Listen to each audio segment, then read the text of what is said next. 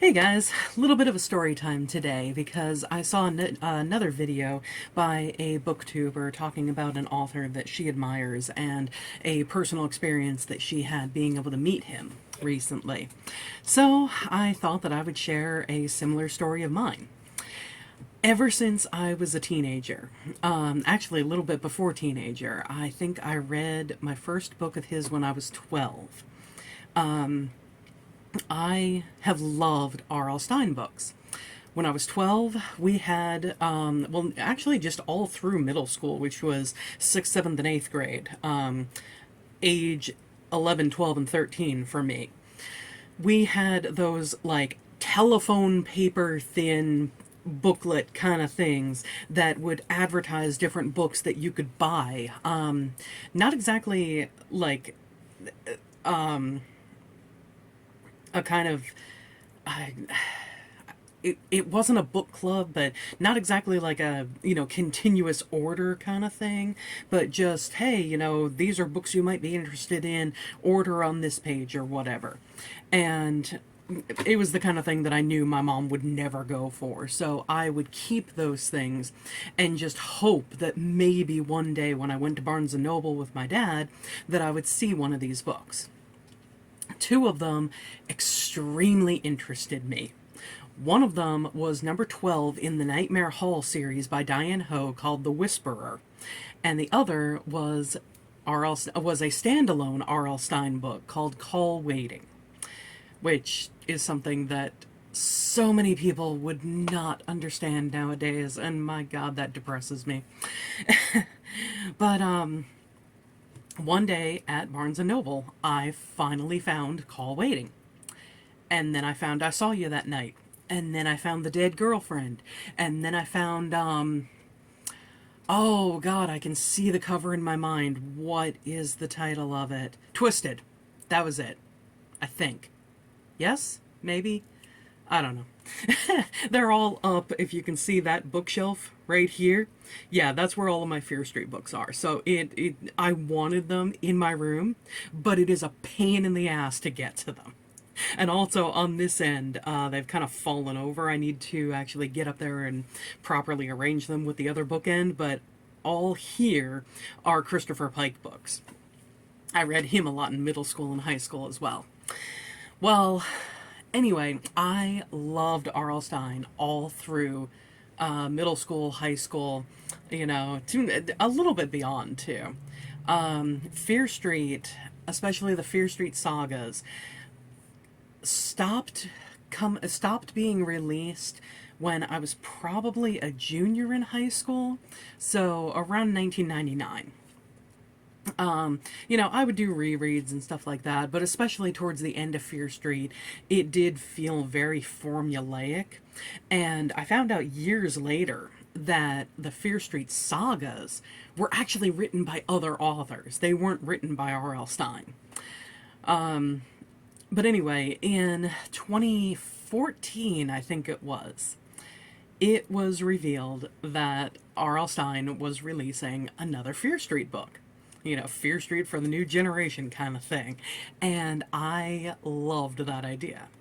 So I found out that, I can't remember how I found out, but I found out that he was doing a talk at the Union Square Barnes & Noble in Manhattan, and he would be signing copies of this first newly released Fear Street book.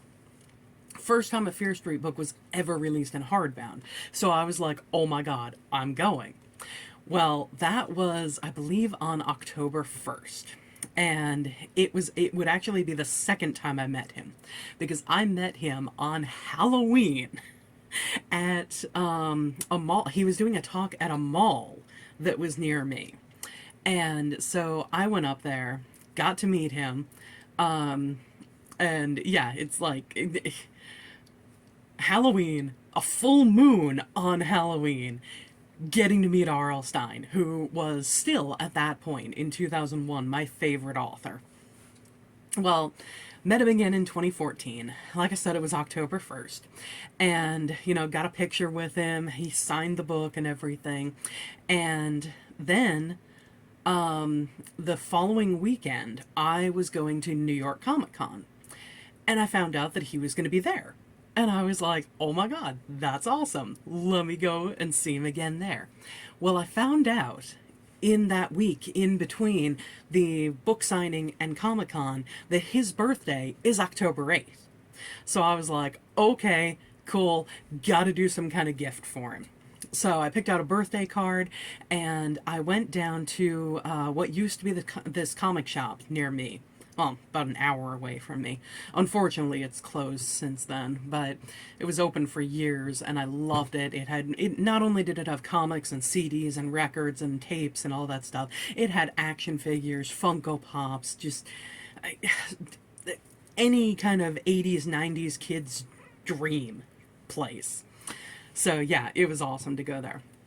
But one thing that I had learned about R L Stine when I was a teenager was that he was a big fan of the Ray Bradbury Tales from the Crypt comics. Tales from the Crypt in general, but especially the Ray Bradbury stories. And his parents didn't want him to read them. So he would go and get a haircut every week because the barber that he went to had those comics available for people to read while they were in the chair. So I went to, I went to this store, and I found some of the reprints of the Tales from the Crypt comics that had Ray Bradbury stories. And I picked out, I think, 3 or 4 of them for R L Stine, and put them in a gift bag with the card and everything. And I am somebody who believes, you know what, when you're meeting a celebrity at a convention or a book signing or whatever it is, you have about 2 minutes to make an impression. So why not just go for whatever you want to say, whatever you want to ask? So in the birthday card to him, I would love to have a conversation with you outside of the convention atmosphere. If that's at all a possibility, please, email or write or call me or whatever. And I gave him my physical address, my email address, and my phone number. So a few days out, and I wasn't expecting anything. I was hoping, but I wasn't expecting anything, because it's like, he has his own life. He's an author. He's still writing, I mean, he probably gets questions and, hopeful things like this every time that he does a public appearance. But I had to hope. Well, a few days after Comic-Con, I get an email from him saying, thank you for the gifts, and since they were such wonderful gifts, yes, I can make time to speak with you, and he said for only about half an hour or so, but it's like, still. So, he said that he was doing different book signings and stuff like that, at different points in November, so to message him, just after Thanksgiving, and we would make plans about when, I could come up there and we could meet. And I'm like, okay, yes, whatever you want, yes, whatever is at your convenience, So I was there totally fangirling out at this email, because, oh my God, my teen self was so happy. But I emailed him at the end of November, and I had zero expectation that I was going to see where R L Stine lives. I was figuring the reality would be that we would meet maybe... I knew he lived somewhere near Central Park, because in the Fear Street books, and I knew that this was old information, but I can't imagine that, he would have moved too far away if he did move at all. But in the back of the Fear Street books from the 90s, it says that he... something about, he enjoys the view from his apartment that overlooks Central Park. So I knew he lived somewhere near Central Park. I know Central Park is huge. That does not narrow it down that much. But so I emailed him after Thanksgiving, and I can't remember exactly what I said, but it was along the lines of, hey, I'm going to be up in New York anyway on December 8th because I'm a huge Beatles fan. I usually go up to 72nd and Central Park West, the Imagine Mosaic, you know, look at the Dakota, go to the Mosaic, and all of that. So maybe we could meet that day sometime in the afternoon.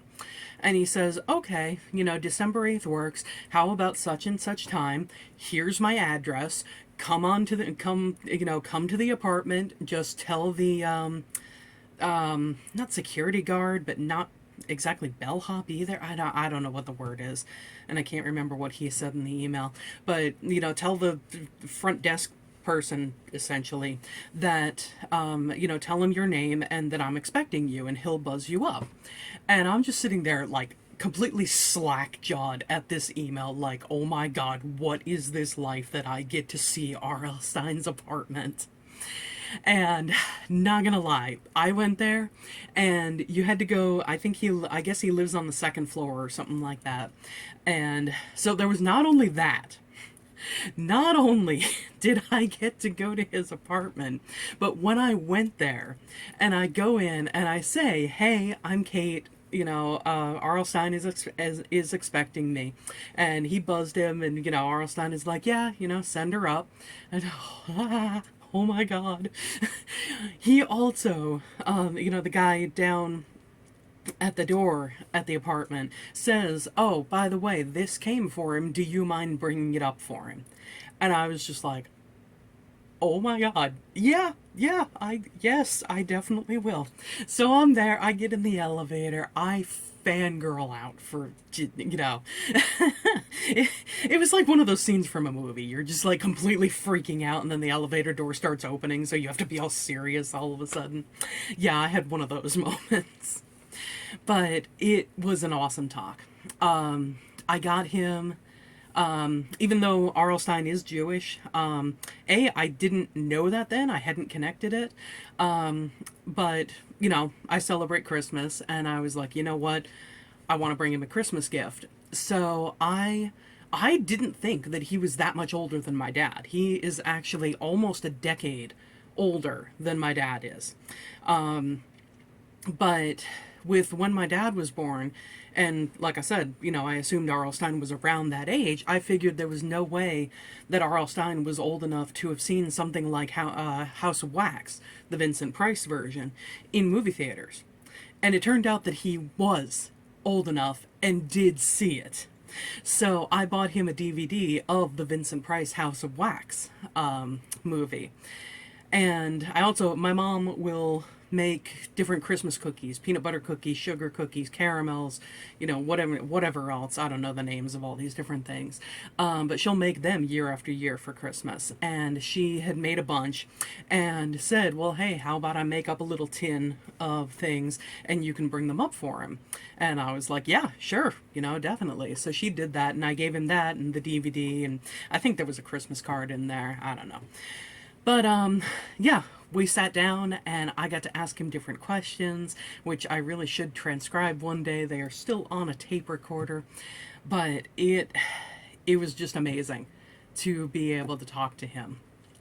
And one funny story that he did, that I can't remember if he told me or if I read it on a blog, because in preparation for this, I scoured the internet for interviews that he has done so that I wouldn't be asking the same old questions that everybody has before. Because everybody is all like, oh, did you see the fame that you would get because of Goosebumps? And, just different things like that. And, I didn't want to ask these questions that he's heard a million times. But one of the things that I read in one of these interviews is that he and his wife attempted collaborating on a book one day, and she got so frustrated with him that she locked him in a closet. And I just love that story. Yeah, I actually, I got a novel idea. I love writing. I actually have 2 Sherlock Holmes books published. I hope to get more published in the future, not only Sherlock Holmes ones, but the young adult ones that I have ideas for, including this trilogy that If I get the damn thing written, it will be amazing. I have the first book written and typed up. I have the second one mostly handwritten. Well, maybe about halfway handwritten. I don't know. Third one, it's not even in the outline stages yet. It will be eventually. I've got it up here. I've got notes. I've got scenes written down for it. But one of the things that R L Stine told about when he was doing his talk at the Union Square Barnes and Noble was that he got a fan letter one day from this little girl, and all it said in the letter was, "Dear R L Stine, you are my second favorite author." That's it. And as he was telling it, he said what the letter said, and then he looked out at the audience and goes, "Talk about a cliffhanger." But yeah, that actually gave me an idea for a novel. So I got to talk to him about that because one of the biggest questions that he's asked is, where do you get your ideas? And, I told him, like, realistically, let's face it, authors get them from everywhere. And I told him about how I got a novel idea from that story that he told. So I thanked him for that, and I was like, yes, I love it. I love that I got another novel idea from this, 2-minute story that he told. But anyway, there's that saying about, oh, don't meet your heroes. And I will admit, if you go in with expectations, up here, more than likely you're gonna be disappointed in some way. But I honestly couldn't say where my expectations were. I had hopes that he would respond to what I put in that birthday card. I had hopes that, I'd be able to sit down and really talk to him. I had no clue that he would actually write back and thank me for the gifts and say, because I got him such wonderful gifts, yes, he'll sit down with me. I had no idea that I would actually be invited to his residence and be able to talk to him there. So, I guess that's the point of the entire thing, it's worth it to put yourself out there, because when you get the chance to, and you do, you never know what kind of response you might get that is way beyond your expectations. So yeah, that is my R L Stine story, and I've met him multiple times now, and each time has been just an awesome experience, because he is a really awesome person and just a genuinely down-to-earth, nice person. So, thanks for watching, and I will see you next time.